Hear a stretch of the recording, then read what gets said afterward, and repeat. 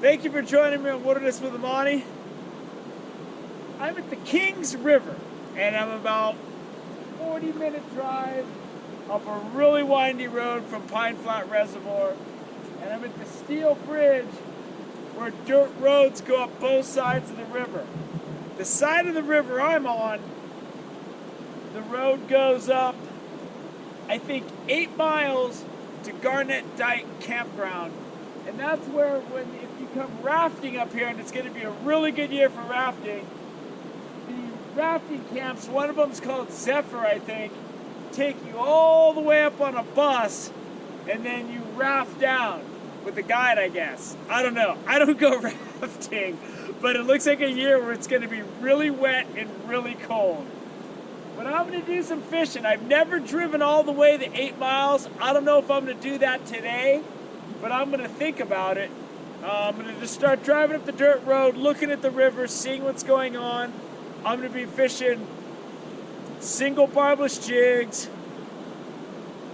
I'm going to be throwing single barbless needlefish. And I'm going to be throwing maybe a woolly bugger, maybe some nymphs.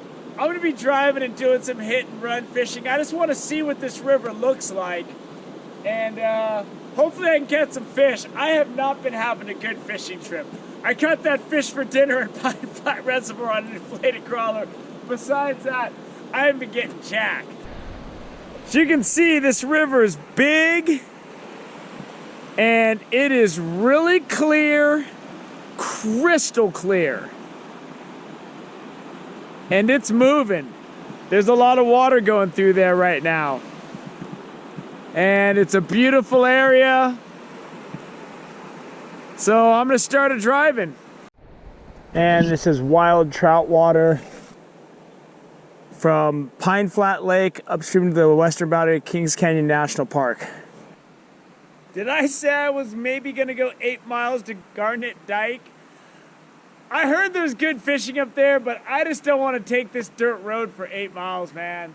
So instead of going 8 miles, I went about 1.5 miles to the first big group. There's a group campground right here.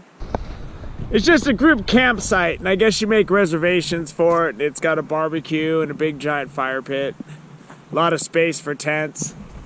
And I have driven far enough up this road to know that there's several things like this as you go. I've just never camped up here. I camped on the other side at there's the Forest Service cabins you can rent. There's all kinds of recreation out here. And I guess a lot of people bring their all-terrain vehicles out here. So I am going to try to get around this thing without using, there's like a split in the river right here.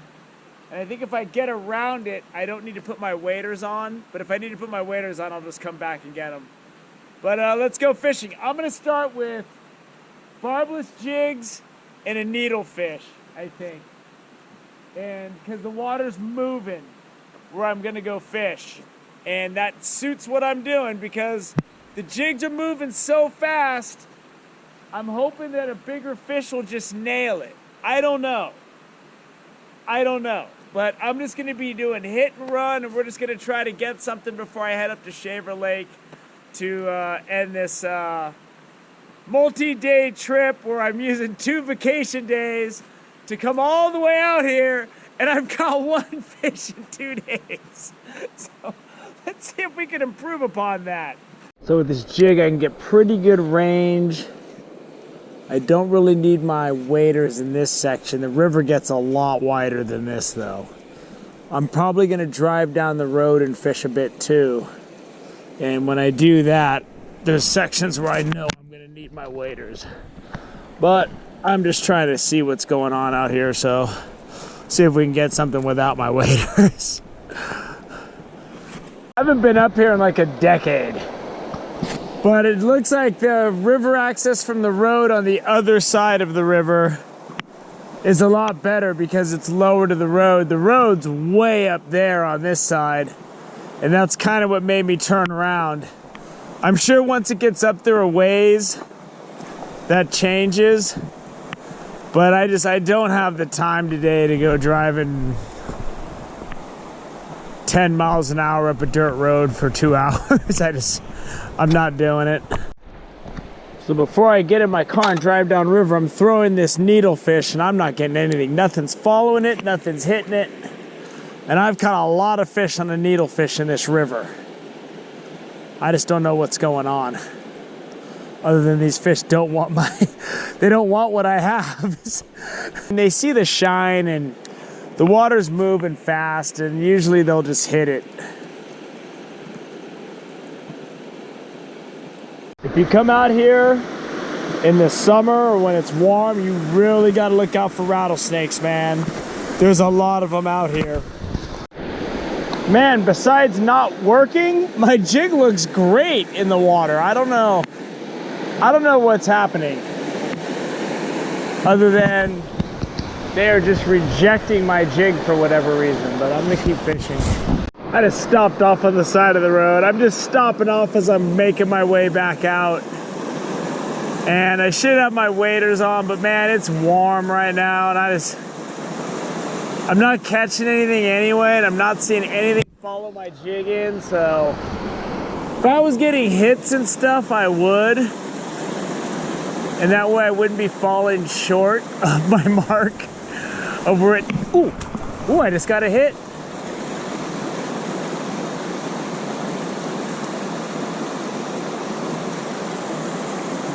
All right. That was interesting. Maybe I should have my waders on. I just had a good fish hooked, man. There's some fish here. I might have to go get my waders on. He ain't gonna bite again though. I fought him for a minute. I set the hook. Darn it, I had him. And I had a smaller one follow it in too. Well, that fish got my blood going enough where I got my waders on now. And I'm out in the river. And I got my fly rod out next to my car, so that's gonna be next. So yeah. That fish was nice. And I lost him. And I saw another smaller fish swim up and chase my jig. Like, I haven't seen that yet, man. So I'm gonna investigate this situation. You know, hooking that fish and seeing those fish follow my jig and affected me, because after I've thoroughly spooked the pool,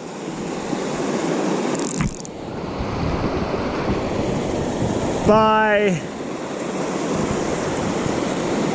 throwing the jig 100 times, then a needlefish, I've now got my fly rod out, and I'm just gonna ride this one into the end, man.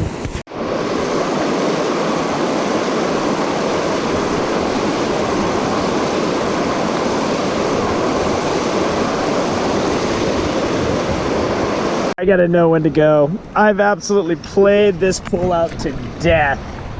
My backpack is soaked because I waded too deep with it. That fish threw me for a loop. It was nice, man. That was my chance. I'm not getting another chance like that.